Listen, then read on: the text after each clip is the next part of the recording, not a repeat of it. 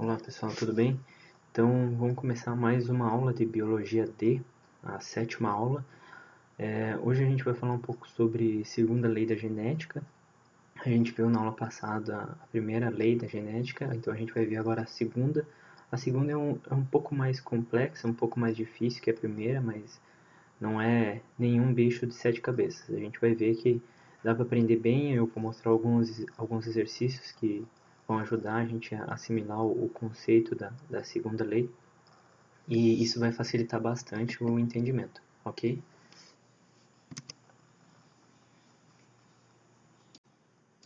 Bom, então antes de entrar no assunto de hoje, vamos relembrar um pouco da aula passada, da aula 6, que foi sobre probabilidades e também sobre a primeira lei da genética, né? A primeira lei de Mendel. Então, a aula 6 eu comecei falando um pouco sobre probabilidades, né? A regra do E de multiplicação e a regra do O de soma. Então, era aquele mesmo esquema de jogar a moeda para cima e ver se caiu cara ou coroa. Ou se o enunciado diz que o casal quer saber qual a probabilidade de ter um filho do sexo feminino e com a pigmentação da pele normal, que não é albinismo. Então, quando ele fala sexo feminino e com pele com a pigmentação normal, é porque é multiplicação. E aí tem a regra do ou também. Qual é a probabilidade de cair o número 2 ou o número 6 quando se joga um dado? Então, sempre lembrar disso. No enunciado, quando fala e é multiplicação. E quando fala ou é soma. Beleza? Eu falei também um pouco sobre heredogramas, que são representações gráficas de uma herança genética em uma família. Então é sempre bom a gente saber aqui a representação gráfica do sexo masculino. A gente vê que é o quadradinho. Indivíduo do sexo feminino é um círculo. E aí o casamento entre os dois, como é que funciona? É esse traço aqui ligando os dois símbolos.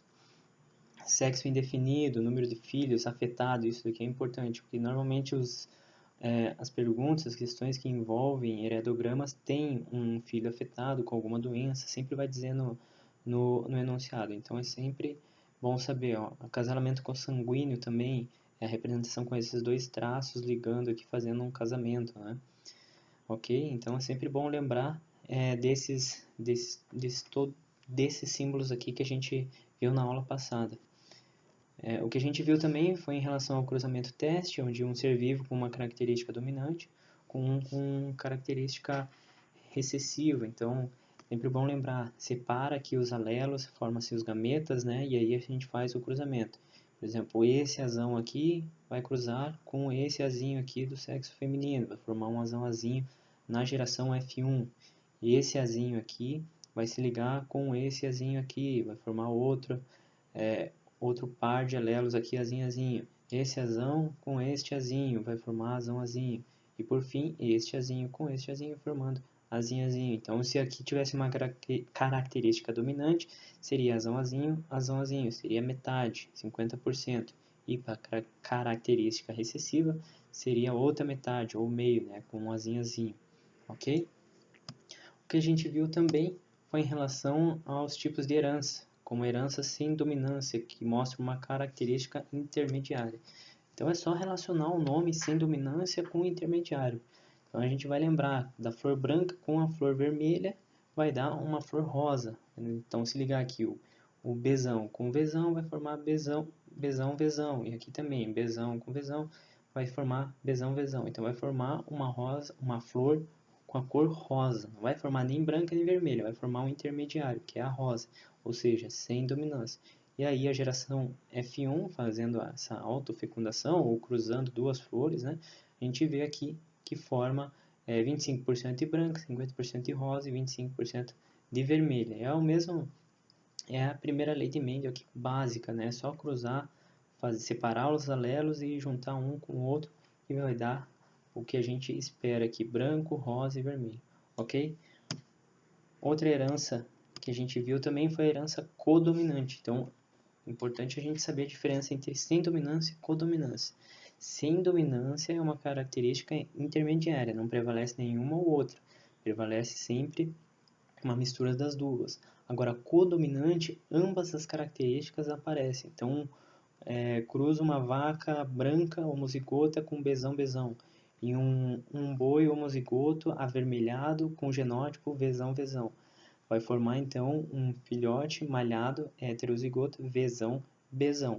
Beleza? Então a gente vê aqui ó, as manchas brancas com a pele avermelhada do macho, ok? Então essa é a herança codominante, onde ambas as características aparecem. A herança sem dominância é uma característica intermediária. Não vai prevalecer nenhuma ou outra, vai prevalecer uma mistura das duas. Ok? Então esse é um resumo da aula 6 da aula passada. Eu vou começar então a falar sobre a segunda lei da genética, que é o nosso assunto de hoje. Então a segunda lei da genética ela também pode ser chamada de segunda lei de Mendel, ou de hibridismo, ou lei da segregação independente. Quando a gente a gente lê esse nome, segregação independente no enunciado, aí você já relaciona, opa, é a segunda lei da genética, segunda lei de Mendel, que é a segregação independente. O que ela diz? Ela fala que duas características são analisadas ao mesmo tempo, ou seja, dois eventos que ocorrem ao mesmo tempo. O que isso quer dizer?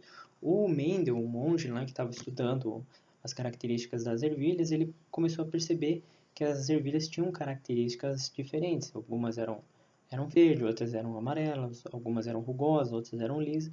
E ele viu que através do cruzamento, a descendência, a geração F1, F2, essas características elas se mantinham de acordo com a dominância e a recessividade de um determinado gene. Então, por exemplo, ele viu que a forma da semente lisa era dominante em relação à forma da semente rugosa. Então, ele analisou, por exemplo, duas características ao mesmo tempo, mas separadamente, uma não interferia na outra.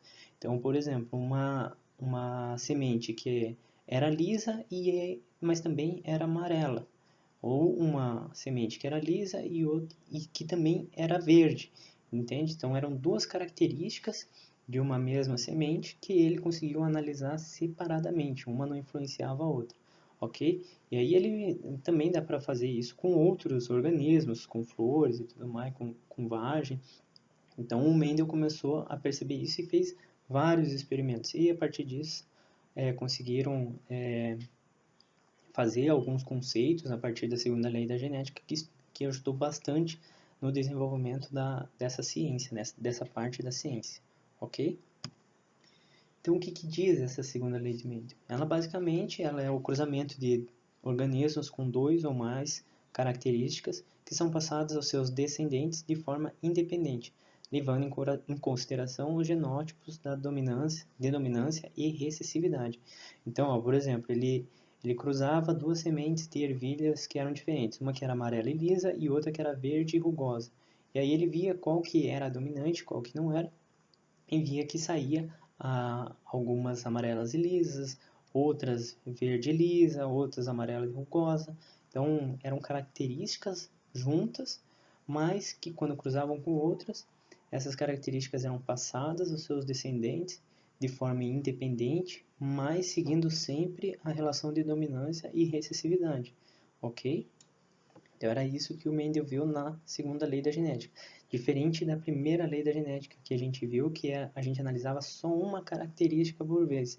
Ou era o olho claro, olho escuro, pele clara, pele escura, pele com pigmentação, sem pigmentação, cabelo cacheado, cabelo liso. Lembra das características. Então, a primeira lei de Mendel, ela fala de características únicas, uma só característica que a gente analisava. A segunda não, a segunda ele já analisa duas ou mais características, ok? Bom, então vamos falar um pouco como que ocorre essa parte da segunda lei da genética, mas um pouco mais a fundo. Tudo começa com a produção dos gametas. A produção dos gametas são as nossas células germinativas, né? As células de reprodução dos seres humanos e também de outros organismos, né? Então, essas células germinativas que produzem os gametas, elas são feitas a partir de um processo conhecido como meiose. Então, essa meiose, ela condensa o seu DNA em cromossomos. Lembra que a gente viu nas outras aulas o que eram os cromossomos, como é que o DNA ele ficava estável nos cromossomos, porque tinha aquelas proteínas histonas e tudo mais. Acho que foi uma das primeiras aulas nossas. Bom, então, o ser humano ele tem 46 cromossomos dispostos em pares. E aí o que faz essa meiose? A meiose, na verdade, ela meia, né? Ela separa esses cromossomos. Então, cada gameta terá metade, ou seja, 23 do número de cromossomos em cada célula. Então, é o que a gente vê nessa figura aqui, ó, por exemplo. A gente tem um par de cromossomos aqui, né, com um alelo azão e o outro azinho, aqui um bezão e o outro bezinho, e a meiose vem e divide pelo meio. E aí, cada parte de uma célula nova que vai ser criada, né, o gameta, ele vai ter, então, aqui, ó, azão com bezão, e uma outra célula, azão com bezinho. Ou ainda, azão com bezinho, bezão com azinho. Então, vai produzir 25% de cada combinação aqui. Então, vai ficar azão bezinho, azinho bezão, azinho bezinho. Então, a gente precisa entender isso. É através da meiose que separa os cromossomos, né? Os cromossomos, esses alelos, azão e o azinho, bezão e bezinho, e vai cada um para uma célula germinativa, para cada um dos gametas, ok? E a partir disso a gente dá continuidade na segunda lei da genética, mas é importante a gente entender essa parte aqui da divisão, beleza? Então vamos para os exercícios, que é aqui que a gente vai aprender bem como é que funciona essa segunda lei da genética. Então o que a gente vê aqui, ó, por exemplo, é um enunciado que diz assim: um homem de genótipo azão, azinho, bezão, bezinho se casa com uma mulher com genótipo igual. Bom, se é igual, é azão, azinho, bezão, bezinho. Qual a probabilidade de nascer uma criança azão? Pode ser azão de novo ou azinho, bezinho, bezinho. Então, vamos lá. No enunciado, ele já tem meio caminho andado. Então, vamos cruzar então o homem com a mulher, que é azão, azinho, bezão, bezinho, e ele fala aqui, ó, se casa com uma mulher com genótipo igual. Então, é azão, azinho, bezão, bezinho. Então, o primeiro passo, o que a gente tem que fazer? É pegar as letras que são iguais. Então, a gente vai cruzar azão, azinho com azão, azinho da mulher, do homem e da mulher. Então, vamos pegar esses alelos, né, e vamos fazer como se fosse a primeira lei de Mendel. Então, a gente vai pegar esse azão com esse azão, este azão com este azinho, este azinho com este azão e esse azinho com este azinho. Ok? Então, cruzamos esse. E aí a gente faz a mesma coisa para os alelos do B. Então, Bzão, Bzinho contra Bzão, Bzinho. Vai ficar Bzão, Bzão, Bzão, Bzinho, Bzão, Bzinho e Bzinho, Bzinho. Beleza? Mas ele quer saber qual é a probabilidade de nascer uma criança azão alguma coisa, Bzinho, Bzinho. Então, o que a gente vê aqui, ó, por exemplo, azão.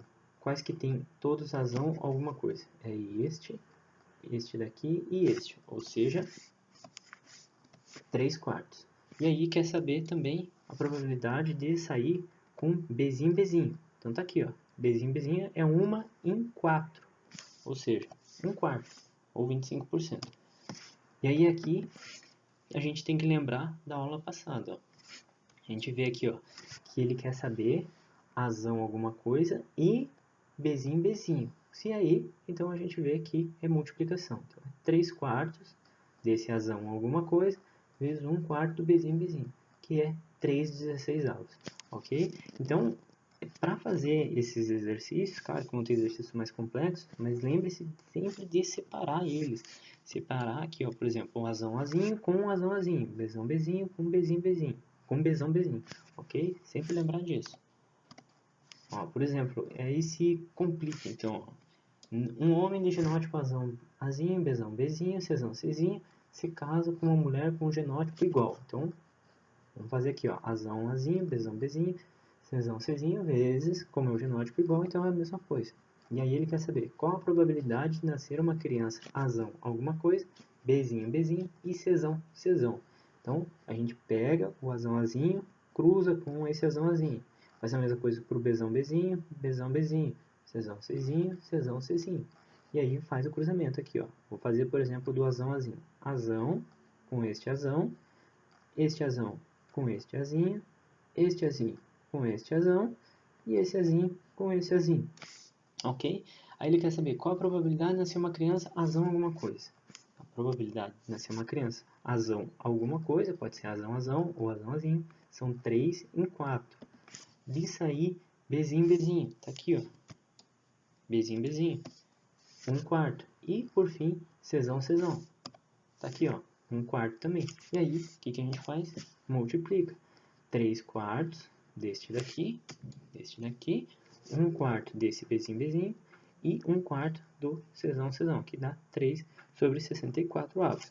Ok, pessoal? Então, tem que analisar separadamente, beleza? Vamos fazer esse exercício aqui, ó, por exemplo, já um pouco mais complicado. Ele diz aqui, ó, em galináceos a presença de crista é dominante. Então, crista é Czão.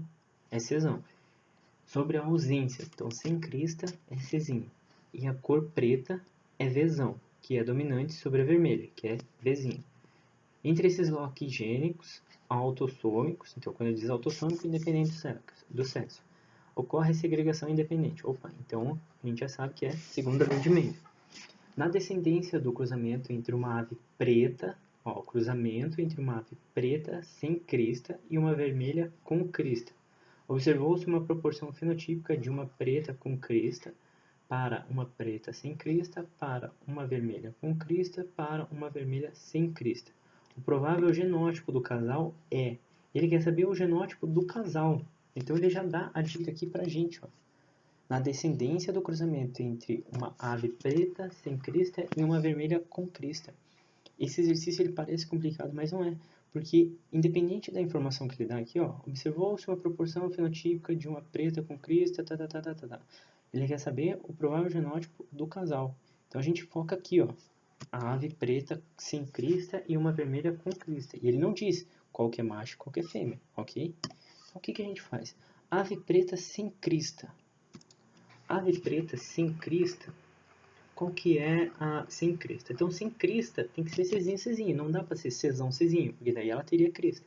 Então, se é sem crista, é Czinho. E ela é preta. Então, a preta é dominante. Então, é Vzão alguma coisa. E aí, a gente vem aqui, ó, nas respostas e já dá uma olhada. Qual dessas respostas tem esse genótipo? Czinho, Vzão alguma coisa. Vamos dar uma olhada aqui. Ó. Aqui não tem. Aqui também não. Aqui tem, ó. Tem esse daqui que é Czinho, Vzinho. Mas pode ser Vzão. Esse daqui não é. Este daqui também não é. Este daqui pode ser, ó. Então pode ser a B ou a E, que tem o mesmo genótipo aqui, ok? Que a gente viu só de acordo com o enunciado. O enunciado que está nos dando a resposta. E aí vamos analisar o outro, então. Então, o que a gente vê aqui, ó, vermelha com crista, que ele quer saber o genótipo do casal. Então, um a gente já identificou, o outro a gente vai ver agora. O provável genótipo do casal é vermelho com crista. Então, ele dá o fenótipo e a gente precisa saber o genótipo desse vermelho com crista. Então, com crista é Czão. Czão alguma coisa. Não sabe se é Czão ou Czinho. E vermelho. Vermelho a gente sabe. É recessivo, ó. A preta é dominante sobre o vermelho, que é Vzinho. Então, se ele é vermelho e é recessivo, tem que ser Vzinho. Então, vamos ver aqui. Ficou entre a B e a I, correto? Então, vamos procurar. A B tem Czão? Tem. Mas esse daqui é Vzinho. Não, a gente precisa de um Vzinho. Tá aqui, ó. Letra E. Letra I é Czão, Vzinho. Contra Czinho, Vzão, que é este daqui. Beleza? Então, esse tipo de enunciado, esse tipo de problema de segregação da segunda lei de Mendel, né? A segregação independente, às vezes ele dá a resposta no próprio enunciado. Tem muita informação no enunciado, então a gente tem que prestar atenção nisso. Agora, se ele pede, provavelmente, o provável genótipo dos descendentes, aí muda totalmente o cenário. Mas não é o caso. Ele queria saber o genótipo do casal. E aqui que estava a resposta. Ele dá o fenótipo aqui. Ave preta sem crista e vermelha com crista. E o genótipo está aqui. Era só a gente colocar os pingos nos is, né? Pegar ave preta sem crista quer dizer o quê? Preta é dominante. E sem crista preta é dominante, Vzão, e sem crista é Czinho. Então, a gente já tem o genótipo aqui. Vermelha também. Vermelha é recessiva, então é Vzinho. Com crista, então é Czão alguma coisa. Ok? Então, sempre que cair um exercício desse, preste bem atenção no enunciado. O enunciado pode já te dar muitas informações que vão te levar à resposta. Ok? Outra coisa que a gente precisa aprender é em relação ao quadro de Punnett. O quadro de Punnett ele é bem importante porque alguns problemas eles perguntam várias coisas. Eles perguntam quantos fenótipos tem, quantos genótipos uma determinada fecundação tem, um determinado cruzamento tem. Então aí a gente faz o quadro de Punnett. Ele é trabalhoso, mas ele não é difícil. Por exemplo, ele dá que tem uma autofecundação dessa ervilha aqui que é lisa e amarela. Então, autofecundação. Então, vai ser Vzão, Vzinho, vezes Rzão, Rzinho, por Vzão, Vzinho, Rzão, Rzinho. Porque é a autofecundação desse genótipo aqui, ok? E aí, o que a gente vai fazer? Faz essa tabelinha. Você vai pegar esse genótipo aqui, ó, por exemplo, do macho, e vai pegar cada um dos alelos. Vzão vai cruzar com Rzão, Vzão vai cruzar com Rzinho, Vzinho vai cruzar com Rzão e Vzinho com Rzinho. O que você vai colocar aqui? Vzão com Rzão, Vzão com Rzinho, Vzinho com Rzão, Vzinho com Rzinho. Então você vai separar eles e vai unir, né? Vai unir as letras, né? Os alelos, no caso. E a mesma coisa você faz para esse. E aí você coloca em outra coluna. E aí o que você vai fazer? Você vai juntar. Então vai ter Vzão, Rzão com Vzão, Rzão. Você vai colocar Vzão, Vzão, Rzão, Rzão. Por exemplo, Vzinho, esse aqui, ó, Vzinho Rzinho com Vzinho R, não, esse daqui, Vzão Rzinho com Vzinho Rzinho. Então vai ser este daqui, ó. Vai colocar Vzão com o Vzinho, Rzinho com Rzinho.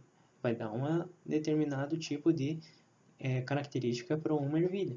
Ele é trabalhoso, mas não é difícil. É só a gente pegar, separar aqui, ó, Vzão e juntar com Rzão, Vzão com Rzinho, Vzinho com Rzão, colocar de um lado.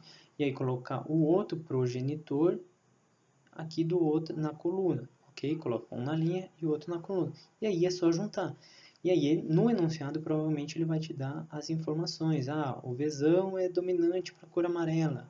O Vzinho é recessivo para a cor verde. O Rzão é dominante para a lisa.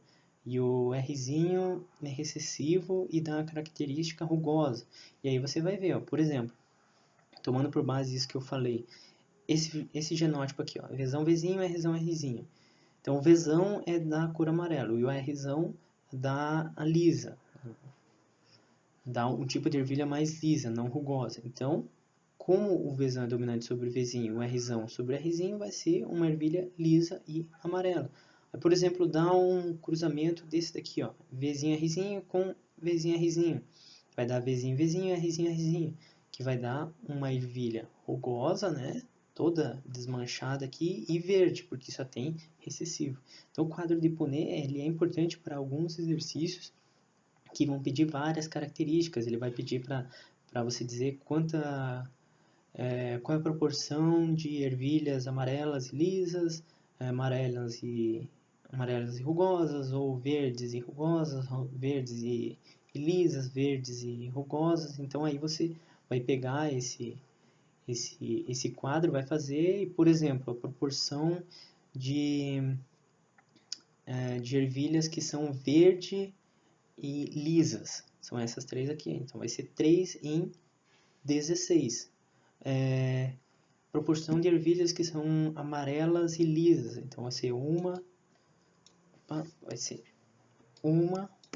ou vai ser essa, 1, 2, 3, 4, 5, 6, 7, 8. 8 em 16, ou metade, né? Ok? 8, não, 9 aqui, ó. 1, 2, 3, 4, 5, 6, 7, 8, 9. 9 em 16. Beleza? Então, só fazer esse quadro. Separa, coloca aqui na linha, coloca aqui na coluna, é só unir e analisar o fenótipo. Beleza, pessoal? Não é tão difícil. Ele é trabalhoso, mas não é difícil. Outra parte importante que a gente precisa aprender também é em relação à quantidade de gametas, fenótipos e genótipos diferentes. Isso daqui a gente meio que tem que decorar, porque é uma fórmula. Então, por exemplo, o enunciado pergunta quantos gametas produz uma pessoa com o genótipo azão, azinho, bezão, bezinho. E aí você vai lá e junta azão, bezão, bezinho, azinho, bezão e azinho, bezinho. Bom, aqui, ó, quantos gametas ela produz? 1, 2, 3, 4. Beleza, assim fica fácil, né? Mas é uma quantidade pequena. Agora uma pessoa com 8 genes. Tipo assim, ó, azão, azinho, bezão, bezão, cezinho, cezinho, dezão, dezão. Ezão, Ezão, Fzinho, Fzinho, Gzão, Gzão, não, Gzão, Gzinho e Hzão, Hzinho. Aí fica complicado, né? Você vai fazer cada cruzamento, você vai demorar muito. Mas existe uma fórmula para isso. Para achar qual a quantidade de gametas que uma pessoa produz no enunciado que ele vai te dizer, você tem que fazer o seguinte, você tem que pegar esse número aqui, ó, 2 elevado a n, essa fórmula aqui bem simples, onde n é a quantidade de heterozigotos. Então, quais são os heterozigotos aqui? Aqui, ó, Azão, Azinho, Gzão, Gzinho e Hzão, Hzinho. São 3 heterozigotos. Então, o que a gente faz? 2 elevado à terceira, que são 8 gametas diferentes que podem ser formados. Então, lembre, isso daqui é o homozigoto, isso daqui é o homozigoto, isso daqui é o homozigoto, isso aqui é o homozigoto e isso aqui é o homozigoto. Esses aqui são heterozigotos. Você só conta os héteros, não vai contar os homozigotos, ok? Para o número de fenótipos gerados numa autofecundação, também é a mesma coisa, 2 elevado a n. Número de genótipos diferentes gerados nos descendentes em uma autofecundação. Aí muda aqui, 3 elevado a n. Número de genótipos totais gerados nos descendentes em um caso de autofecundação. Aí é 4 elevado a n. Então a gente precisa decorar isso, mas saber a diferença entre homozigotos e heterozigotos. Então, heterozigotos, por exemplo, é azão, azinho, e homozigoto são as duas letras iguais, dois alelos iguais. Bzão, bzão. Ok? Ó, então, fazer um exercício aqui, ó. Por exemplo, indivíduos com genótipo azão, azinho, bzão, bzinho, azão, azinho, bzão, bzão, azão, azinho, bzão, bzinho, czão, czão, czão, czinho, azão, azinho, bzão, bzão, czinho, czinho. E por fim, mais um indivíduo com o genótipo azão, azinho, bzão, bzinho, czinho, czinho. Podem formar, respectivamente, quantos tipos de gametas diferentes? Então, vamos pegar aqui primeiro este daqui, este indivíduo aqui, azão, azinho, bzão, bzinho. Quantos gametas ele forma? Então, lembra, é só unir aqui, ó, azão com bzão, azão com bzinho, 2, azinho com bzão, 3, azinho com bzinho, 4. Ou jogar na fórmula. A gente vê aqui que tem 2 heterozigotos, azão, azinho e bzão, bzinho. Se tem 2 heterozigotos, 2 elevado a n, que é igual a 2 elevado a segunda, que é 4. Então, 4 tipos de gametas para esse indivíduo aqui. Então, a gente já sabe que a resposta C e E não é, beleza? Vamos pegar o outro indivíduo aqui, ó. Azão, azinho, bzão, bzão. O que a gente vê são quantos heterozigotos? Aqui só tem um heterozigoto. Aqui é um homozigoto. Então, é 2 elevado a 1, que é igual a 2. Ou seja, pode ser a resposta B ou a resposta D. Ok? Vamos pegar o próximo indivíduo aqui, ó. Azão, azinho, bzão, bzão, czinho, czinho. Este daqui, o terceiro. Quantos heterozigotos tem aqui? Tem um heterozigoto, mais um heterozigoto, mais um heterozigoto. São 3 heterozigotos. Então, 2 elevado a n, que é quantidade de heterozigotos. São 3 heterozigotos. Então, são 8. Então, a gente sabe que a resposta pode ser essa A aqui. Não, desculpa. Pode ser ainda B ou AD. Ok, então vamos fazer mais um. Fazer o quarto indivíduo aqui, ó, que é azão, azinho, bzão, bzão, czinho, czinho. Quantos heterozigotos tem aqui? Aqui só tem um. Os outros dois são homozigotos. Independente se é dominante ou recessivo, os dois são bzão, bzão e czinho, czinho. São homozigotos. Então, como só tem um heterozigoto, é 2 elevado a 1, que é igual a 2. Ó, a única resposta que dá é a D. Mas vamos fazer a outra aqui também. O último indivíduo tem azão, azinho, bzão, bzinho, czinho, czinho. Quantos heterozigotos? 2 heterozigotos. Ó. Azão, azinho, bzão, bzinho. Isso daqui é recessivo e homozigoto, ok? Então, fica 2 elevado a n. N é o número de heterozigotos, que é 2. Então, 2 elevado ao quadrado é 4. Resposta, letra D.